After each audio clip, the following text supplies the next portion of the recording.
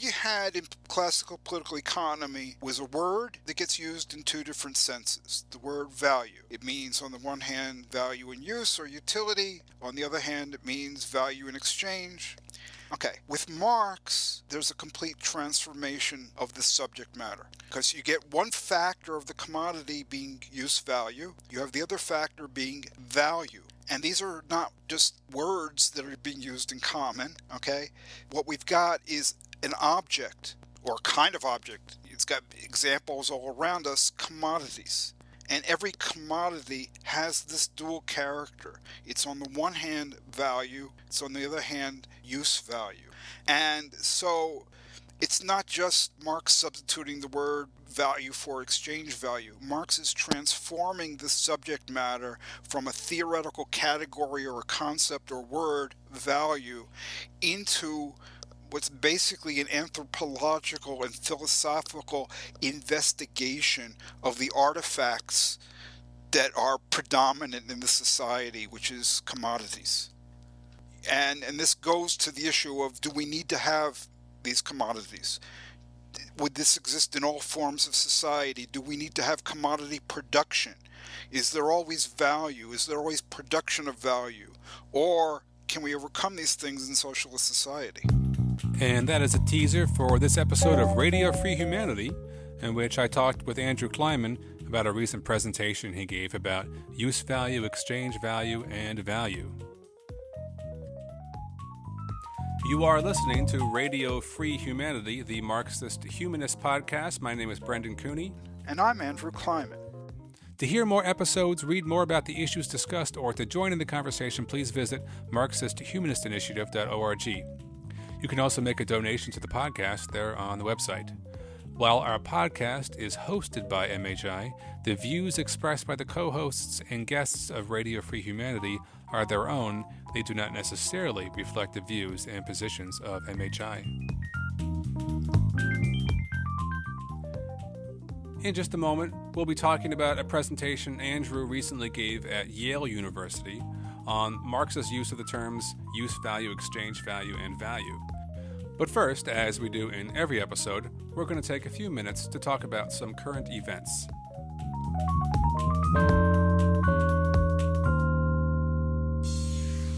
So we're recording this current events section at 7:17 on Thursday, November 5th. We've both been, like everyone in the world, glued to the election results, and we are having this discussion before there's been an official declaration of who the winner is. Though at this point, if I was betting, I would bet my money on Joe Biden, because it seems like his chances of winning Pennsylvania are very strong at this point. So we thought we'd take this podcast to talk about what kind of things we can start to think about in terms of the struggle against Trumpism when this election is over. Yeah, I mean, I think we have to say that we're basing this on the expectation that Trump will be gone. And it looks like that. I mean, he's going to lose the election, but then, could he manage something in the Supreme Court or something? It's possible, but it doesn't look likely. The real problem is, however, that what we're back to then is a situation in the legislature, the Congress, which Obama faced from 2010 to 2016, where the Republicans blocked everything. So they're going to block everything. They're threatening to block any cabinet appointments they don't want. There's some stuff that Biden might be able to do through executive orders and so forth, but now you've got a 6-3 majority against him on the Supreme Court that is going to be itching to invalidate any executive orders he may have, and if any legislation does go through, they might invalidate the legislation. So what we face is a tremendous problem going forward, even without Trump. There's the Trumpite base, and I'm encouraged to see more people just getting clear in their head as a result, largely of this election, and Trump getting massive support, 68 million votes at this moment, despite the coronavirus, despite everything, those people have stuck with him. They go to his super spreader rallies. I mean, people are beginning to grasp but this is not just Fox News and a few people manipulating good people behind the scenes.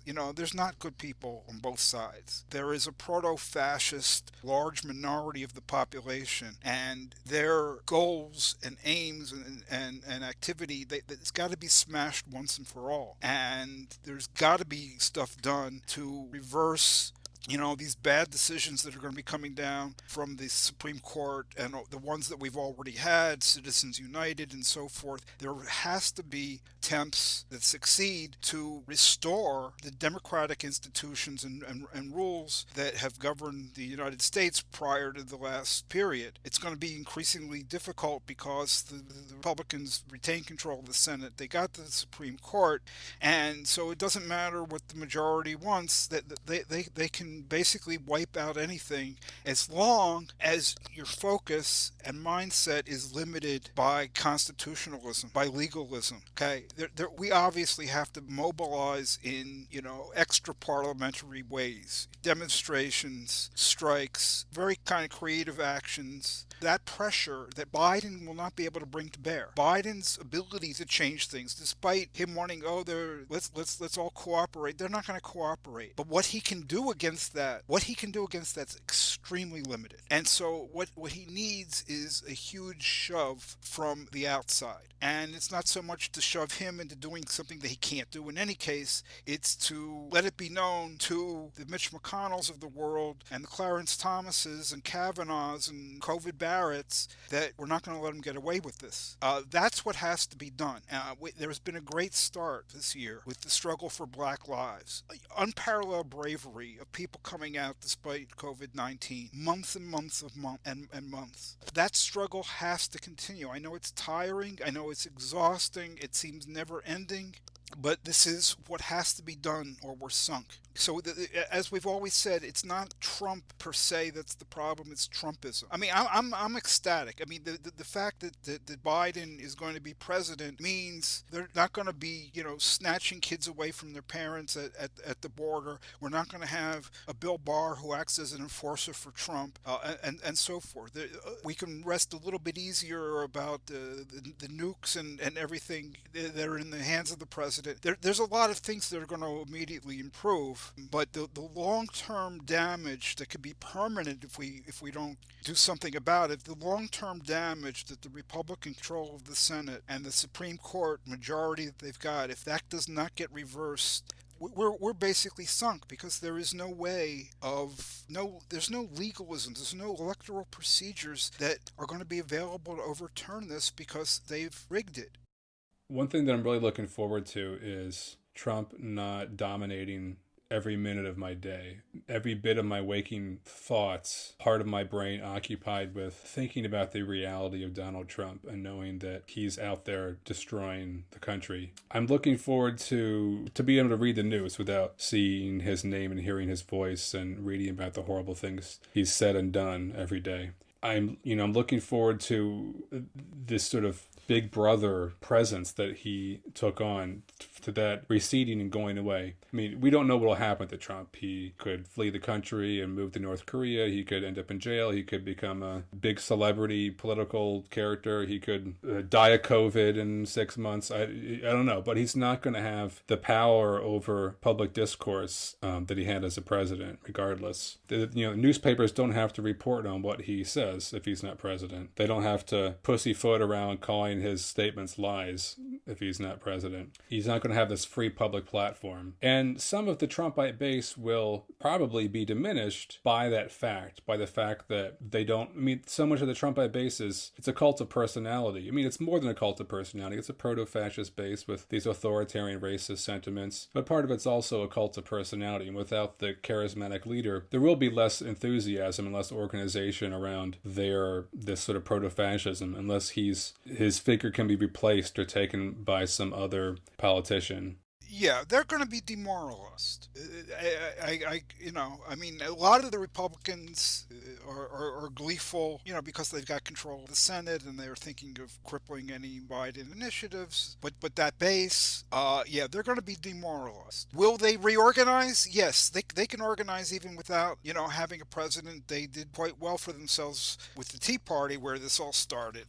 So the difference is this time people are aware of the terrorist threat coming from the white nationalists. This is the big change that I do expect, is that we're going to have a Justice Department going after these people. And I even think that the Justice Department will start to move against police brutality. And it really has to be the case that they go after Trump and all of his enablers. I know Biden wants to bring the country together, but he has to be made to face the fact. And I think that there are people who want to impress this on him. He's not going to get these people to cooperate. And I mean, what do you do when you're facing a vampire? You don't get the vampire to cooperate. The movie ends when you drive a stake through the vampire's heart. Not until. That's what's got to be done. So, this idea of returning to normal, we're not going to return to normal, and we can breathe easier if we can get to January 21st or whenever our inauguration day is, and get the occupant of the White House to move out of it. But at that point we can breathe easier. But all of your attention that's focused on Trump every day, I think we've got to take all of that energy and be focused on eradicating white nationalism from this country, because we're really under dire threat here. We're really under dire threat because of it, and because of the rigging of the system, such that you got the 6-3 Republican majority in the courts, and you got the Republican control of the Senate. They will screw everything up. I mean, if there's not a COVID vaccine, I mean, how many hundreds of thousands of people more are going to die? And what if Biden tries to institute a national lockdown, and the courts say, no, you can't do it? I mean, there are real material, immediate physical threats that we are facing because of this. Because of the polls, the pre-election polls, which totally screwed up, which is something I don't really understand. I don't know if anybody understands at this point how they could be screwed up so consistently.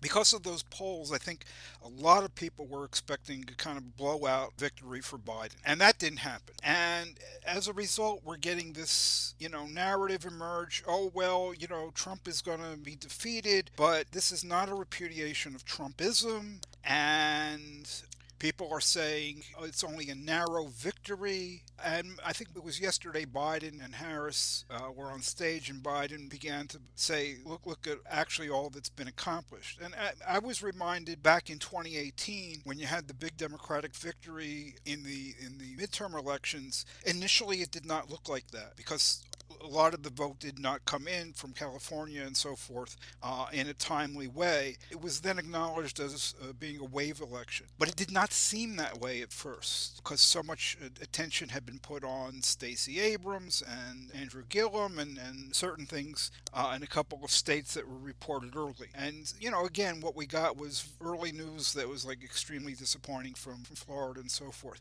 So what I want to know is, what does this, in your view, what does this election represent? I mean, can we say that there's been a repudiation of Trumpism, or there hasn't been a repudiation of Trumpism? Does that question even mean anything? I don't know. Do elections always have to have one significance? Joe Biden is going to have the largest popular vote count in U.S. history, and we had one of the biggest election turnouts ever. So, there are a lot of people with some really messed up ideas in this country, but there's also a larger chunk of people in this country who really understood what was at stake and did a lot of work in the middle of a pandemic to put this vote out. And it took a lot of work on the ground to educate people about mail-in voting and get those votes in. And there was just a really encouraging amount of mobilization around defeating Trump. And I think a lot of people, the majority of Americans, really understood the sort of existential crisis we were in and decided to do something about it. So I think that's significant. But like you said, it's also significant that 69 million people thought that we should let Trump do this, have another 4 years of this shit show.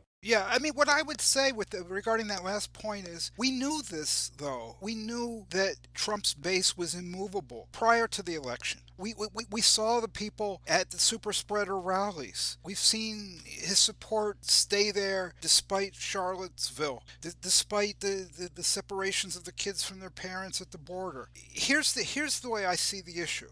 Okay, the polls were projecting a Biden victory of 8 percentage points. Okay, so if it had been 8 percentage points, Biden would have won 53 to 45. So Trump would have gotten 45% of the vote. Instead, what's he get? He gets 48% of the vote. Okay, how can our understanding of the sense and the future of this country and the center of opinion be so totally affected by 3% of the population moving one way versus the other? The trends, the camps, they're there. And to be ecstatic because there's a few less of them, or ecstatic because there's a few more of them, it's just being driven by, by the foam that comes up instead of looking at the underlying structures and trends that are going on. So, yeah, I agree with you. This whole idea of like taking all of the data and boiling it down and saying, here is what this election means, it's nuts. And I think people were hoping, of course we were hoping, to drive Trumpism back, into the night in one fell swoop. But that was never going to happen. Even with a 10-point Biden victory, we've got our work ahead of us, and we can't expect voting this one time, once every 4-year process to solve all of our problems. We can't expect the politicians to do it. We are the solution. That seems like a good ending. Okay, but you might have something more to say. No, I don't have. I've like barely slept since Monday night when we last talked. Right, and that's the last thing I want to say. I want to congratulate Brendan, and I want to congratulate everybody in Pennsylvania Yeah, and elsewhere in the country for all the great work that they've done to try to get us, succeeded in getting us this far in the first step of eliminating Trumpism. Yeah, people worked. People worked People really worked hard really on hard. this Yeah, election, yeah, and they did it. People came. People came out in the middle of a pandemic. I mean, this COVID is skyrocketing in this city. yeah.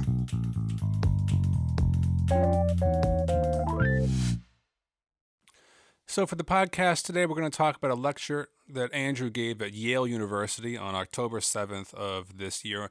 Andrew, what was the context of this lecture? There is a professor at Yale, Paul North, who is running a course called The Value of Marx's Capital, and he's actually co-teaching it with another professor, Paul Reiter, who's at a different university, I believe Ohio State, and the two of them are actually collaborating on a new translation of Volume 1 of Marx's Capital. It's not ready yet. And as part of this course, which is billed as a careful reading of Capital at Yale University, they are bringing in a variety of weekly colloquium speakers. For instance, Terrell Carver, myself, and so forth. So we have a good recording of your presentation, and that's posted at Marxist-Humanist and we'll put a link in the podcast description.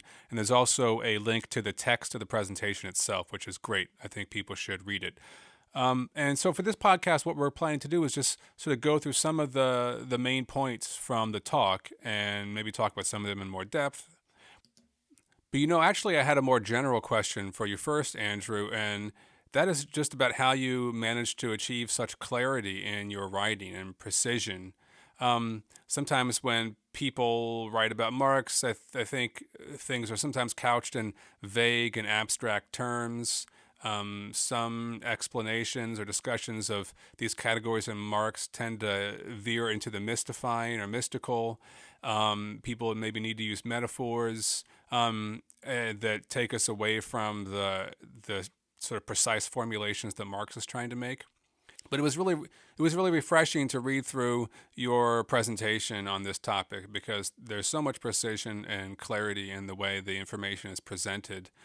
It's also clear that you feel a real responsibility to express what Marx was saying and to try not to intervene between the reader and Marx too much.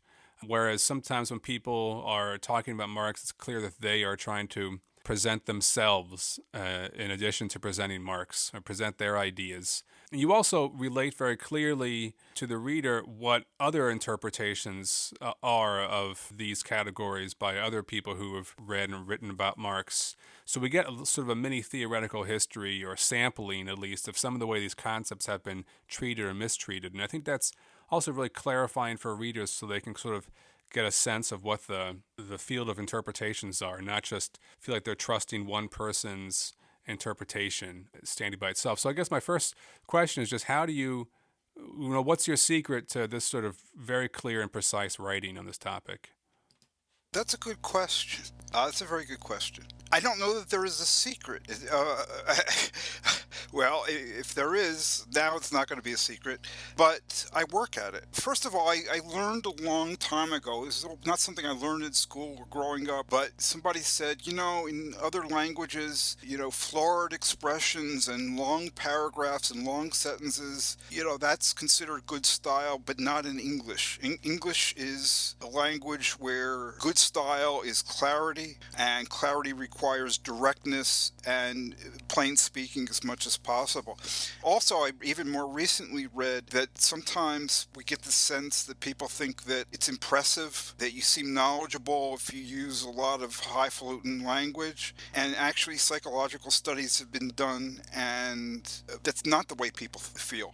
When people communicate crisply and clearly, that's viewed as a sign that they know what they're talking about more. And I actually think that that is indeed the fact when it comes to writing about capital. A lot of things can be swept under the rug, and a lot of inability or failure to think things through can be covered up by a lot of fancy words. And it's not something I'm trying for. I'm trying for the opposite. What I'm trying to do is to have readers, have listeners, have people in general feel that they can read Marx for themselves and interpret for themselves and understand for themselves, because that's one of the biggest obstacles, I think, to understanding Marx. Is the main thing that people do wrong when they approach this is they get frustrated very easily, and they give up and then turn to secondary sources. And at that moment, they might not know that these secondary sources are biased, have access to grind, and so forth.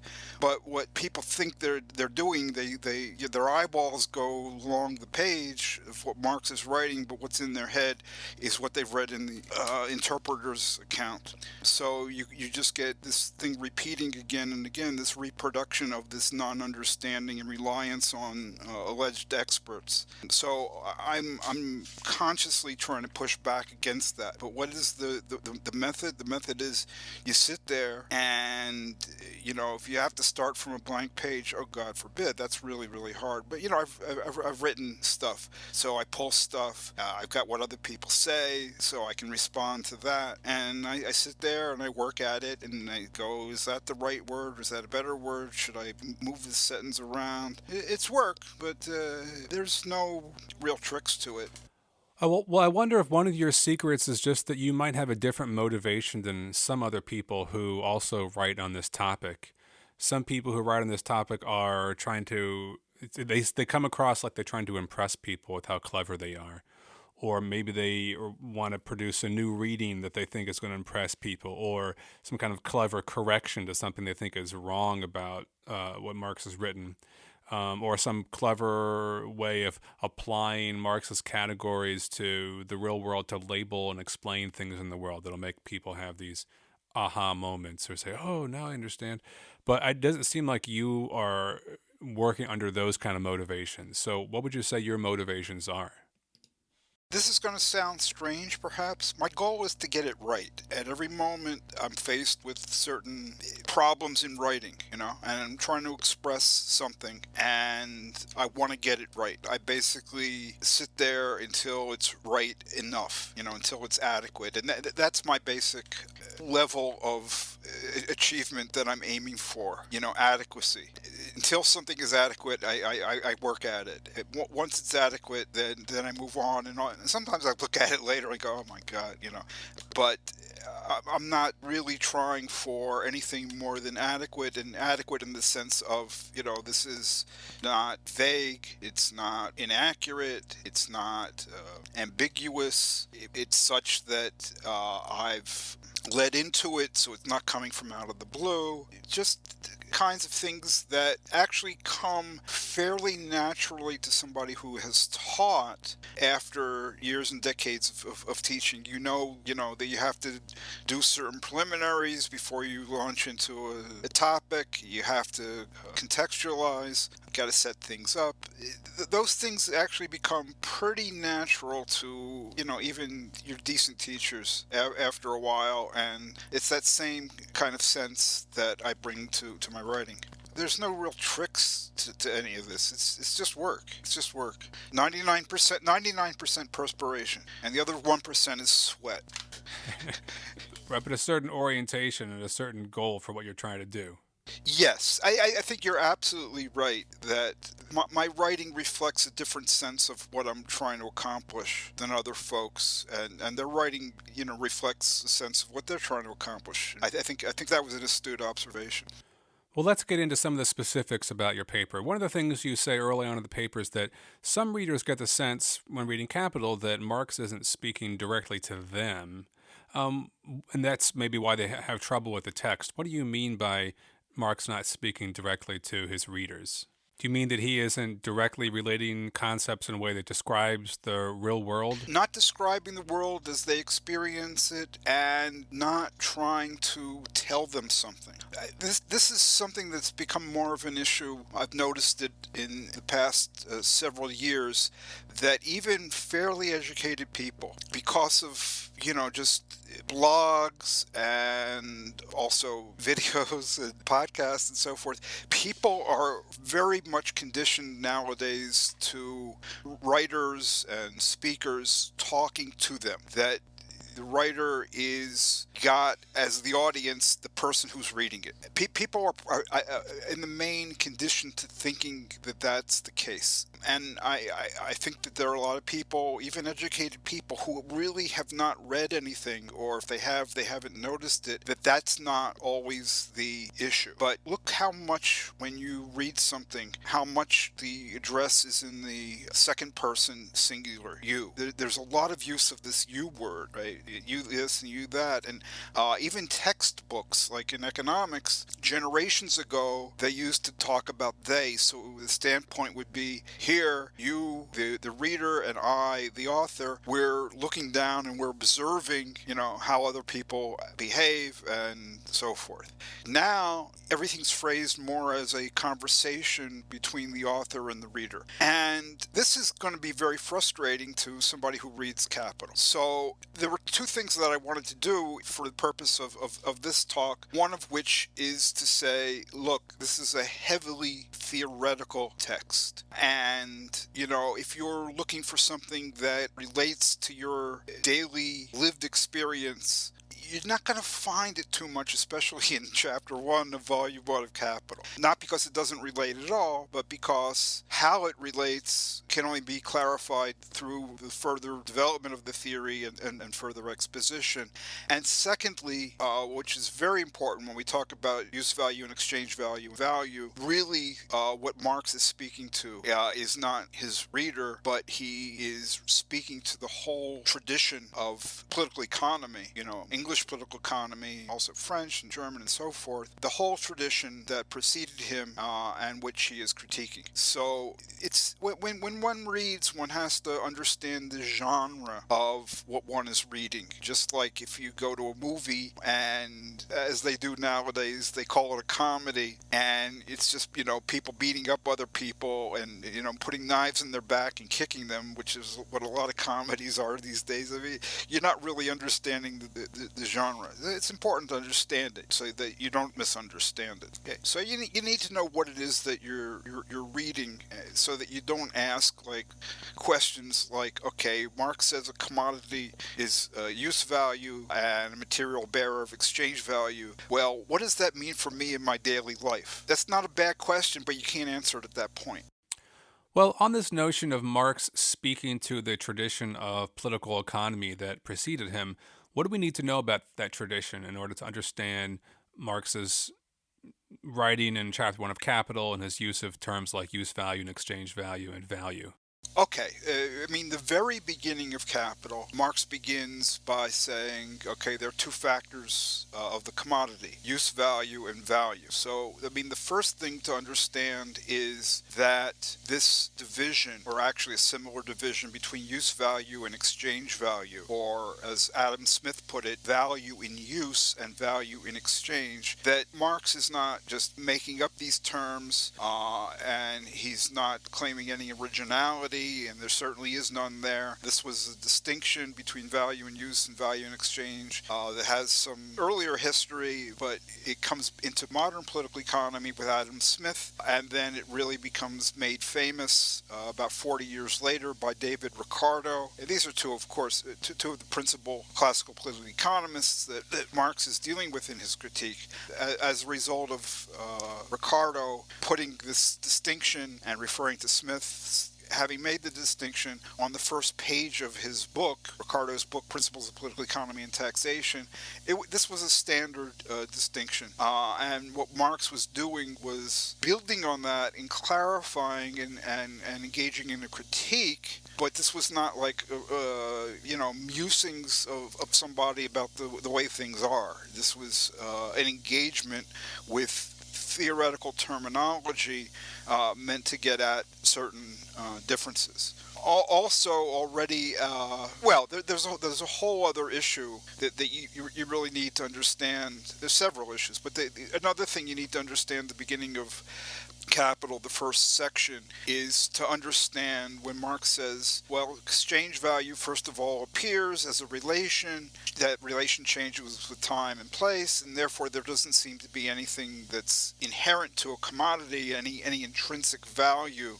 You have to understand that is the beginning of a counter-argument to Samuel Bailey, a critic of the Ricardian school. Bailey thought that the Ricardians had absolutized value, turned it into an entity rather than a relation, and Bailey said, well, look, value is just a relation between two things. You got like a coat, it has a value of so much gold, and conversely the gold has a value of so many coats, and that's all there is, and you don't need to look at something underlying this because there ain't nothing underlying it. It's just a relation between the two things. I didn't get into that in much detail in my talk for Yale, but that is, it's there, but it's kind of not expressed in terms of Bailey said this and so forth. Although I did get a bit into that in discussion period. What I tried to do was to convey the intuitions that Marx was trying to communicate when I think he proved that there is indeed a so-called third thing when you've got this exchange relation of two commodities. Just so people are clear, can we sort of repeat what it is that Bailey claims in his critique of the notion of value? Am I correct that Bailey's saying, look, if a coat exchanges with some linen today and some bananas tomorrow, these are two different exchange values the coat may have, but this doesn't mean that those exchange values are expressions of any inherent value the coat has? Not quite. It's actually simpler and more easily understandable than that. Okay, today a coat exchanges for a half ounce of gold. Tomorrow, or let's say yesterday, the coat exchanged for 0.6 ounces of gold. It's a somewhat different amount. Okay, so the normal way, if you have a gold standard, is to say, well, if it exchanges for more gold, it's worth more. Its value has gone up. Okay, so let's say it went down. Okay, from point 0.6 to point 0.5. So we would say that the value of the coat went down. But anybody who's thought about it says, well, wait a minute. How do we know that the value of the coat went down? Maybe the value of the gold went up. The gold exchanges for more coats. 1 ounce of gold exchanges for more coats today than it did yesterday. So maybe we would say that the value of the gold went up. So you face this issue. The exchange relation between those same two things, gold and coat or whatever it might be, that changes. And you want to know, well, which commodity is the source of the change? Is it that the coat has got a lower value, or does the gold have a higher value? Bailey comes along and says this is a nutty question. It's one and the same thing, and that's all there is. You cannot locate the source of the change in value within either commodity. All that has changed is the relation of exchange between them. Okay, and it's meaningless and fruitless to try to locate the source of the change, because that would require that we say, there is some value inherent in the coat such that its value goes up in itself, not in relation to gold, or its value goes down in itself, not in relation to gold. And the same thing for gold. Its value goes up, its value goes down, not in relationship to coats or the myriad of other things that the gold can buy. So, I mean, if you have a theory in which value is determined by labor time, and you have also, not accidentally, you have a theory in which value has some substantiality. It abides throughout time. I mean, what Bailey is trying to say is just so deleterious and destructive of any attempt to get at what value is. As he puts it, and this is something that really enrages Marx, Bailey says, value is only and cannot be anything else but a relation between contemporary commodities. It's just a relation that happens to exist right now at this moment, and because only at this moment can things be exchanged, and so you can't compare the values of one moment with the values of another moment. Okay, and this sounds a lot like something we've discussed several times on this podcast. Basically, it has reduced value to a relation of exchange that exists at the moment of exchange, and supposedly you can't compare the values of one moment with the values of another moment, to which Marx responded. I mean, Bailey was, I think, probably long dead, but Marx responded in his notes, Theories of Surplus Value. Marx says, look, with the phenomenon of profit, that's exactly what we do. We compare the values of one moment with the values of another moment, you invest a certain amount of money, and you buy raw materials and machines, and you hire labor power, and you got a different amount of value sometime later emerging out of production, and then those commodities get sold. You're comparing amounts of value at one time and another time, and profit is that difference in value. So, I mean, a lot of this stuff sounds good when you get this like very relativistic kind of stuff coming from Bailey, but it just doesn't work. And Marx just realizes that Bailey had put forward these questions that really called into question all of scientific political economy, that of the Ricardians and the Ricardian school, and they weren't really able to answer it. And this is a very late recognition by Marx. This is only in the 1860s that he becomes aware of this, and he immediately sets out to, okay, I got to put the whole concept of value on a secure footing. So you will not see this in the Grundrisse, written in the late 50s. You will not see this in the 1859 contribution to the Critique of Political Economy, and only with Capital will you see it, and Marx works it out at the very outset. And so the Capital that we know reflects something that is basically new, that was not in Marx's thinking prior to 1860. So what listeners will notice if they are reading something that was written prior to that by Marx, like the Grundrisse or the Contribution to the Critique of Political Economy, is that the terms exchange value and value might sort of appear in interchangeable ways, and it's not clear if he's talking about either concept sometimes.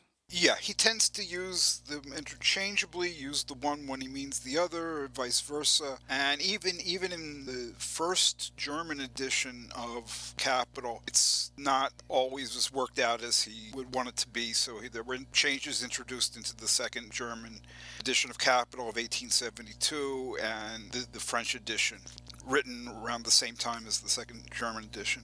So yeah, I think that Marx basically understood conceptually what the distinctions he wanted to make, but he didn't work out the terminology very successfully until the issue became clearer to him, partly because of this engagement with Samuel Bailey. Well, let's get into this a little more. What exactly is this distinction between exchange value and value that Marx develops? Right. So we have Samuel Bailey saying, look, value is just a relation between these two things. You know, the coat has gone down in value relative to the gold. The gold has gone up in value relative to the coat. That's the sum and substance. That's all we can say. And Marx's intuition, and this is expressed while he's reading this text of Bailey and writing comments, and this is in what we now call, the theories of surplus value. Marx's intuition is when you've got a relation between two things, there is what's called in philosophy the ground of that relation. Okay? So the way he puts it in one example that I discussed in my talk on October 7, he gives the example of 2 points in space that he labels A and B, and they're distant from one another. And he says, yeah, look, on the one hand, the distance is just a relation.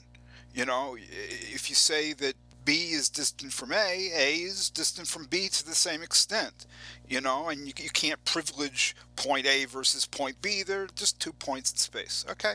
But, Marx says, look, for there to be this relation of distance at all, there has to be something intrinsic to both A and B. Okay, so distance is not just a relation between these two things. Distance is the ground of the relation. These points in space, A and B, are points in space. Not everything can be a point in space. Marx says, what's the distance between the syllable a and a table? Well, the syllable a does not exist in space. Because it does not exist in space, to even speak of a distance between that syllable and a table is totally nonsensical. But two objects, these exist in space. Point A, point B, they exist in space. Okay, so distance, the fact that they can be distant at all, is what underlies and allows for them to be related in a quantitative manner. This is 17 centimeters from that is 17 centimeters from this. Okay, that's Marx's intuition, is that there has got to be a so-called third thing underlying that relation between the two things that enables that relation to exist at all. So it's true with distance, and it's true with exchange value. This exchanges for more or less of that exchanges for more or less than this, but is that all there is? Is it just a relation? No, these have to be things of the same kind, such that that kind that they are is what allows them to be related in this manner. And that kind, in this case, is value. So both of these things are values, or have value, the coat and the gold. That's Marx's intuition. And he offers a proof, but that's not the proof. The proof you can read in like the third page or something of Capital. Commodity has many exchange values instead of one. All these are the exchange value of a quarter of wheat. Therefore, that's the proof.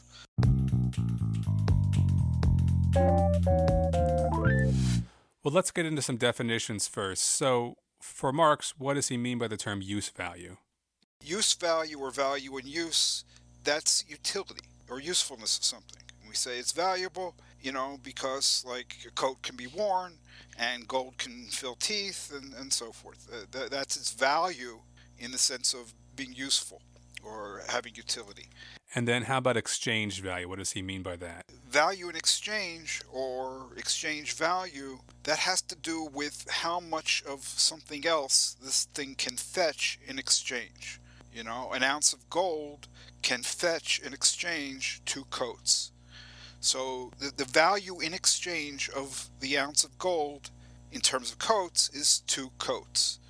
Or you need 2 coats, you have to exchange them to get an ounce of gold. So the value in exchange of 2 coats in terms of gold is 1 ounce of gold. Okay, or we say that the price of 2 coats is 1 ounce of gold.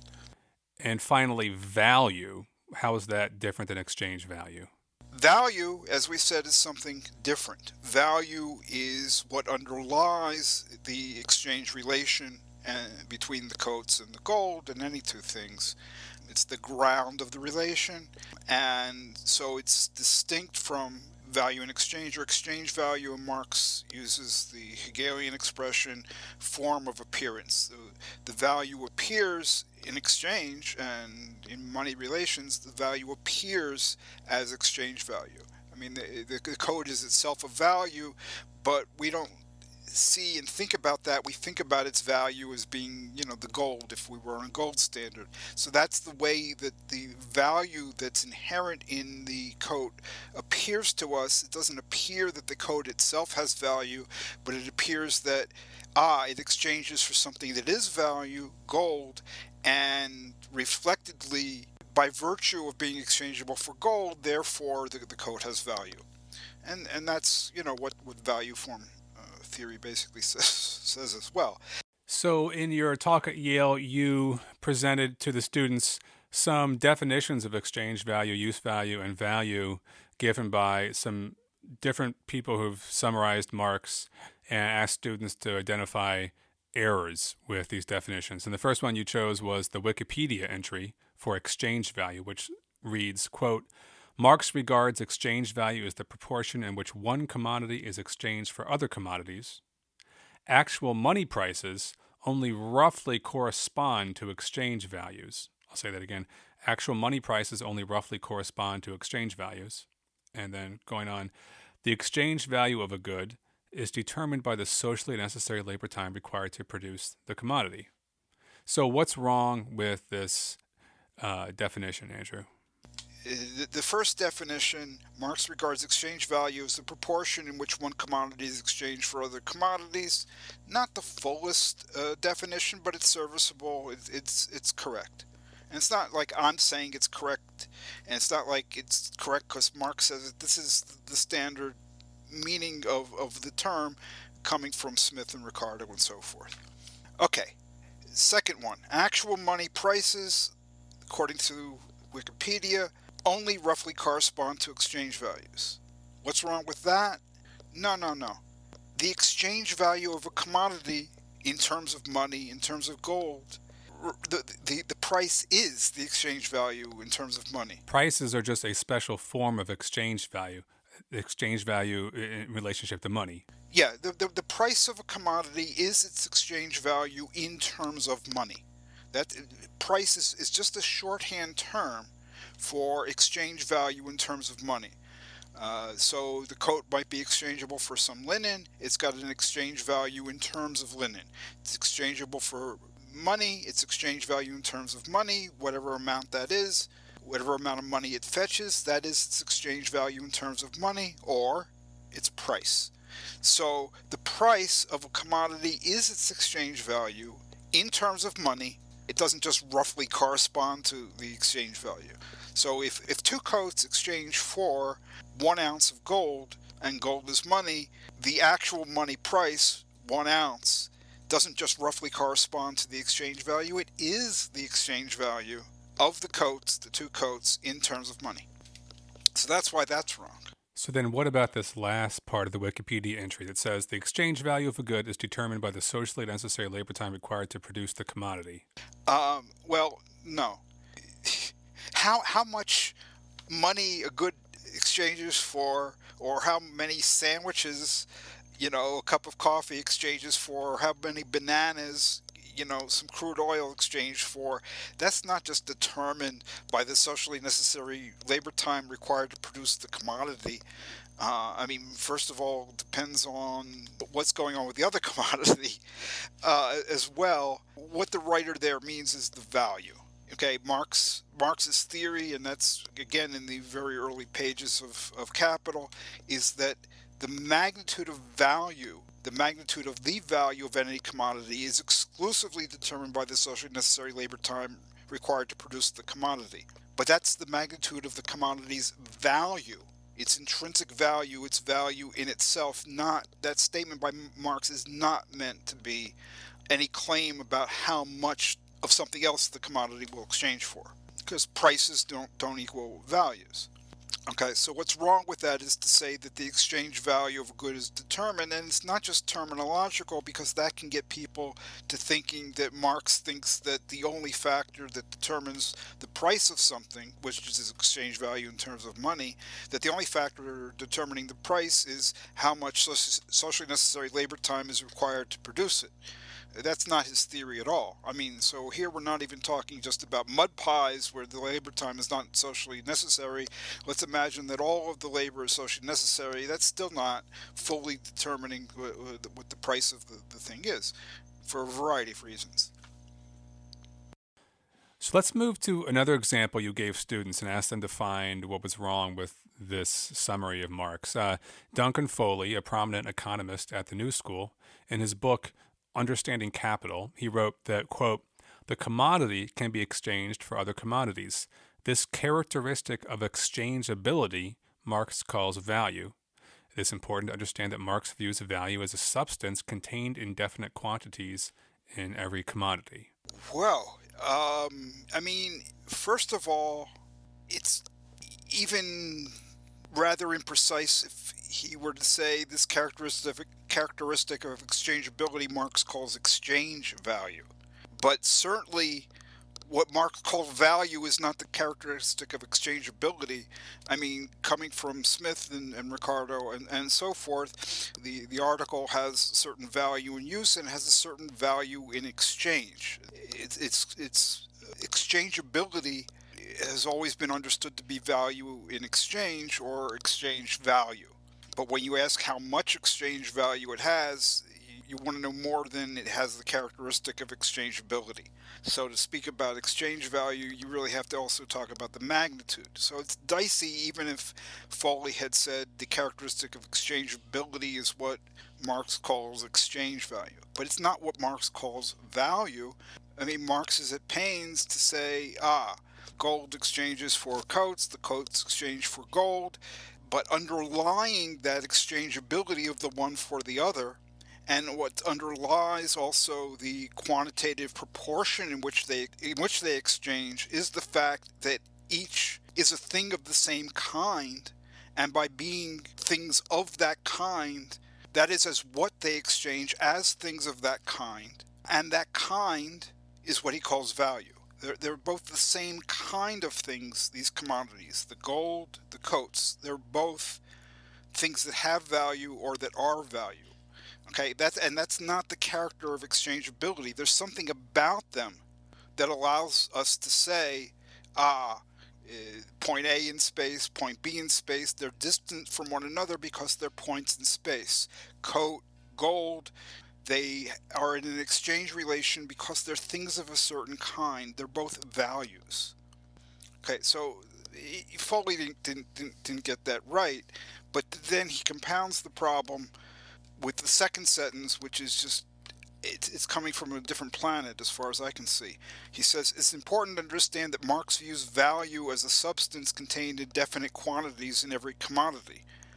Well, if he's just Foley has defined value as the characteristic of exchangeability, we would have to read that as it's important to understand that Marx views the characteristic of exchangeability as a substance contained in definite quantities in every commodity. Well, how can a characteristic of exchangeability be a substance? How can it be contained in every commodity?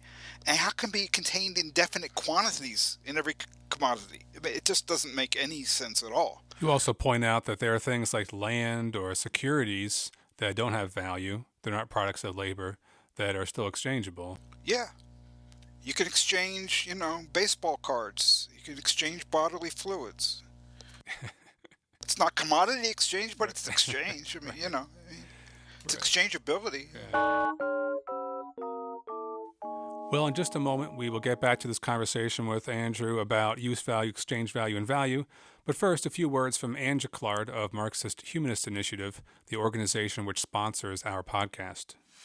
Marxist-Humanist Initiative, or MHI, aims to contribute to the transformation of this capitalist world by projecting, developing, and concretizing the philosophy of Karl Marx and its further development in the Marxist humanism articulated by Raya Dunayevskaya. The ongoing COVID-19 pandemic and today's many other social, political, and economic crises make this a moment to engage people in discussion of these ideas. In the U.S., we are faced with the threat of Trumpism triumphing, an all-out authoritarianism extinguishing our right to carry on these discussions. Yet at the same moment, the multiracial movement for Black lives has spread to every corner of the country and the world, launching a flood of activism and new ideas that deepen the concept of freedom. MHI is dedicated to the task of proving theoretically that an alternative to capitalism is possible. We are distinguished by our economic analyses in which we do not merely assert but demonstrate that the only opposite to the current world economic system is its abolition and replacement with one not based on the production of, quote, value, close quote. Because capitalism cannot be fundamentally reformed, attempts to reform it lead to an intensification of state capitalism, not to socialism. We are not a political party, nor are we trying to lead the masses who will form their own organization and whose emancipation must be their own act. But we have seen that spontaneous actions alone are insufficient to usher in a new society. We seek a new unity of philosophy and organization in which mass movements striving for freedom lay hold of Marx's philosophy of revolution and recreate society on its basis. Our ideas and actions, as well as our structure and rules, are guided by the interests of working people and freedom movements of people of color, LGBTQ people, other minorities, women, youth, and all those around the world who are struggling for self-determination in order to freely develop their own human natures. We have no interests separate and apart from theirs. To this end, we open our website to the widest possible dialogue with people around the world. We intend to practice as well as espouse a two-way road between our organization and people outside it as essential to developing a single dialectic in the relationship of theory to practice, and as the way to assure the survival of Marxist humanism. Please join us.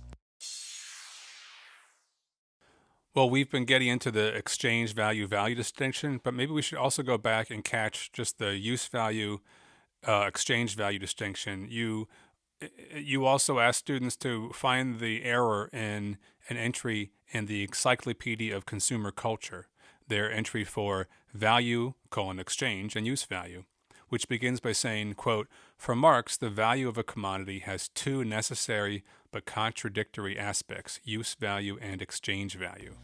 Right, which makes value some kind of abstract universal term, Right, where these are the concrete particulars. right, Okay, so you got M&Ms, right? But you can't just, show me an M&M. It's either got to be plain or peanut. So the concrete particulars are plain M&Ms and peanut M&Ms, whereas the abstract universal M&M only has these two forms of appearance. Only these two particularizations. Okay, that's a very common misconception of what Marx is doing.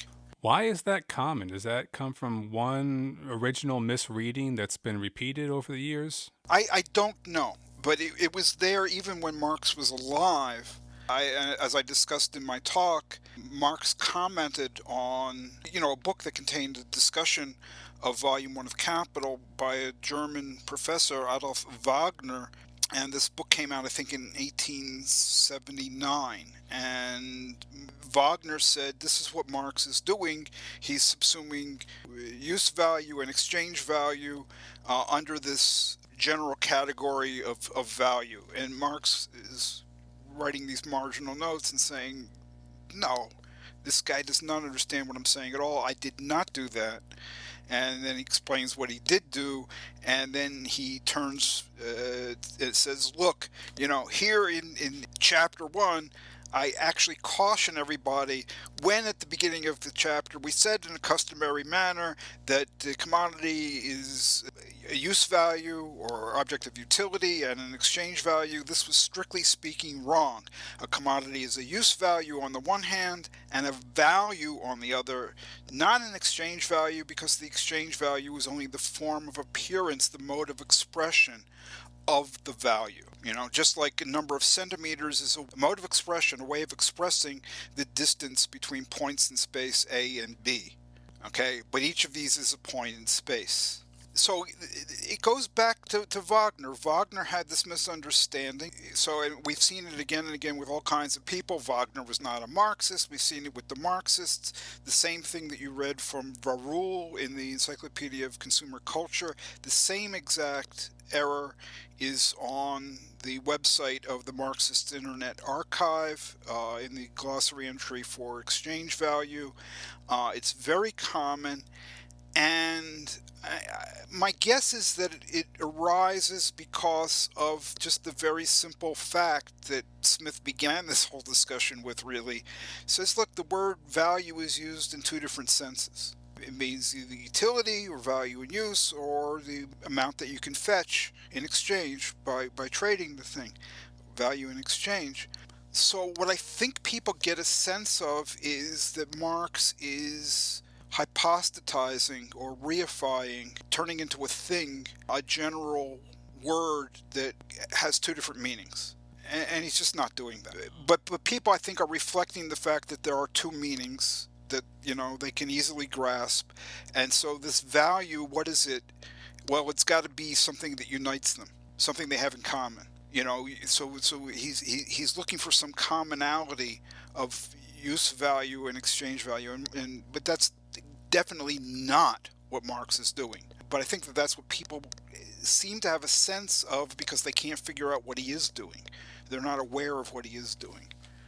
What he's doing, to make it even clearer with the term value, is to say this is what is inherent in each commodity, intrinsic to each commodity, okay, that underlies the value in exchange. The use value being wholly different. And this mistake is pretty much the problem that Althusser had with the opening chapters of Capital, why he advised people to skip those chapters, right? Yeah, it's so funny because Althusser wanted to drive the specter of Hegel back into the night, or however it's put it, and he said, even Capital is not free from Marx's earlier Hegelian inheritance. There's this epistemological break, but Marx is constantly wrestling, and only with his notes on Wagner, circa 1880, and Critique of the Gotha program, 1875, Marx only fully accomplishes this epistemological break way at the end of his life. Even in Capital, you still have this Hegelian inheritance. And here I'm going to tell you, the readers of the French edition of Capital that I'm writing the preface to, exactly where we can see this Hegelian inheritance. And it's the terms use value and exchange value. And, Marx got this from Hegel. And when Marx said that he was flirting with modes of expression peculiar to Hegel, in the first edition of Capital, this is what he was referring to. So says Althusser. It's the most inapt possible example he could have chosen. It's just, this stuff comes from classical political economy. It comes from Adam Smith. It comes from David Ricardo. British political economists, not German idealist philosophers. Althusser simply did not know what he's talking about.